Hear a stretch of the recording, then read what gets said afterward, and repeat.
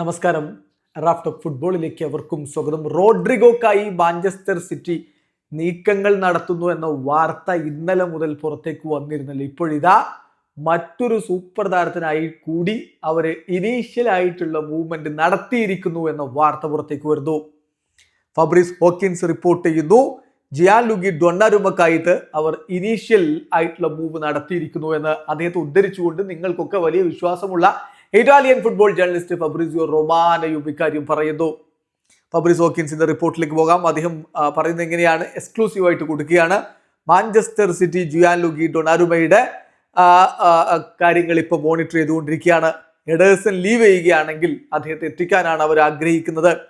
Negotiations on going with goal keepers side. അപ്പൊ അത് പ്രത്യേകം എടുത്ത് പറയുന്നുണ്ട്. ഗോൾ കീപ്പേഴ്സ് സൈഡിൽ നെഗോസിയേഷൻസ് നടക്കുന്നുണ്ട്. പേഴ്സണൽ ടേംസ് ഒരു വിഷയമല്ല, ഒരു ഇഷ്യൂ അല്ല. കാരണം ഡൊണാരുമ ഈ ഒരു മൂവിന് വളരെ കീനായിട്ടിരിക്കുകയാണ്.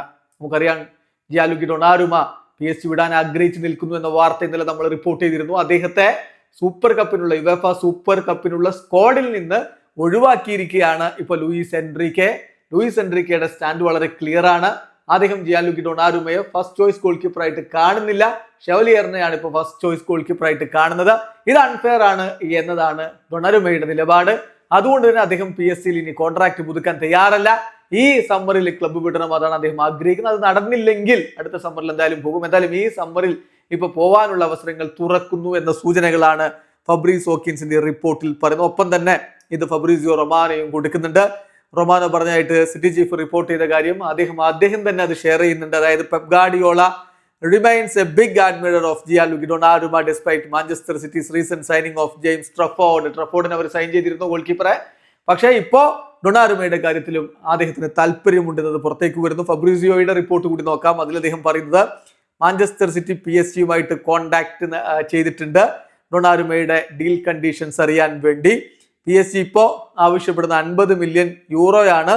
അത് വളരെ ഹൈ ആയിട്ടാണ് ഇപ്പോൾ സിറ്റി കണക്കാക്കുന്നത്. എഡേഴ്സൺ ക്ലബ്ബ് വിടുകയാണെങ്കിൽ മാത്രമേ ഈ ഒരു നീക്കം നടക്കുകയുള്ളൂ. എന്തായാലും ചെൽസി ഇപ്പോൾ റേസിലില്ല. അധികം വൈകാതെ തന്നെ ജിയാൻലുഗി ഡൊണാരുമയുടെ കാര്യത്തിൽ ഒരു ക്ലാരിഫിക്കേഷൻ വരും എന്നുകൂടി ഫബ്രീസിയോ റൊമാനോ പറയുന്നുണ്ട്. എന്തായാലും ഇത് വളരെ വ്യക്തമാണ്. സിറ്റി അദ്ദേഹത്തിന് വേണ്ടിയിട്ട് ഇനീഷ്യൽ നീക്കങ്ങൾ നടത്തിയെന്ന് ഫബ്രീസിയോയും ഇപ്പോൾ സ്ഥിരീകരിക്കുന്നു. ഇപ്പോൾ നാളെയാണ് യുവേഫ സൂപ്പർ കപ്പിന്റെ മത്സരം. അവർ ടോട്ടൻഹാം ഹോട്ട്സ്പറുമായിട്ട് ഏറ്റുമുട്ടുന്നത്. ആ കളിക്കുള്ള PSG സ്ക്വാഡ് പ്രഖ്യാപിച്ചു. അതിൽ പക്ഷേ ജിയാൻലുഗി ഡൊണാരുമയില്ല. സ്ക്വാഡ് ഇങ്ങനെയാണ്: Hakimi, Beraldo, Marquinhos, Kvaratskhelia, Fabian, Gonçalo Ramos, Dembele, ഡെസേഡു, Vitinha, Lee Kang-in, Hernandez, Nuno Mendes, Barcola, Chevalier, വാറൻസെ, Emery, Safonov, Kamara, Mbaye, Pacho, Renato Marin. ഇതാണ് അവരുടെ സ്ക്വാഡ്. ഏതായാലും റോഡ്രിഗോക്കായിട്ടുള്ള ശ്രമങ്ങൾ സിറ്റി നടത്തുന്നു എന്ന വാർത്ത കൂടി പുറത്തേക്ക് വന്നിരുന്നു.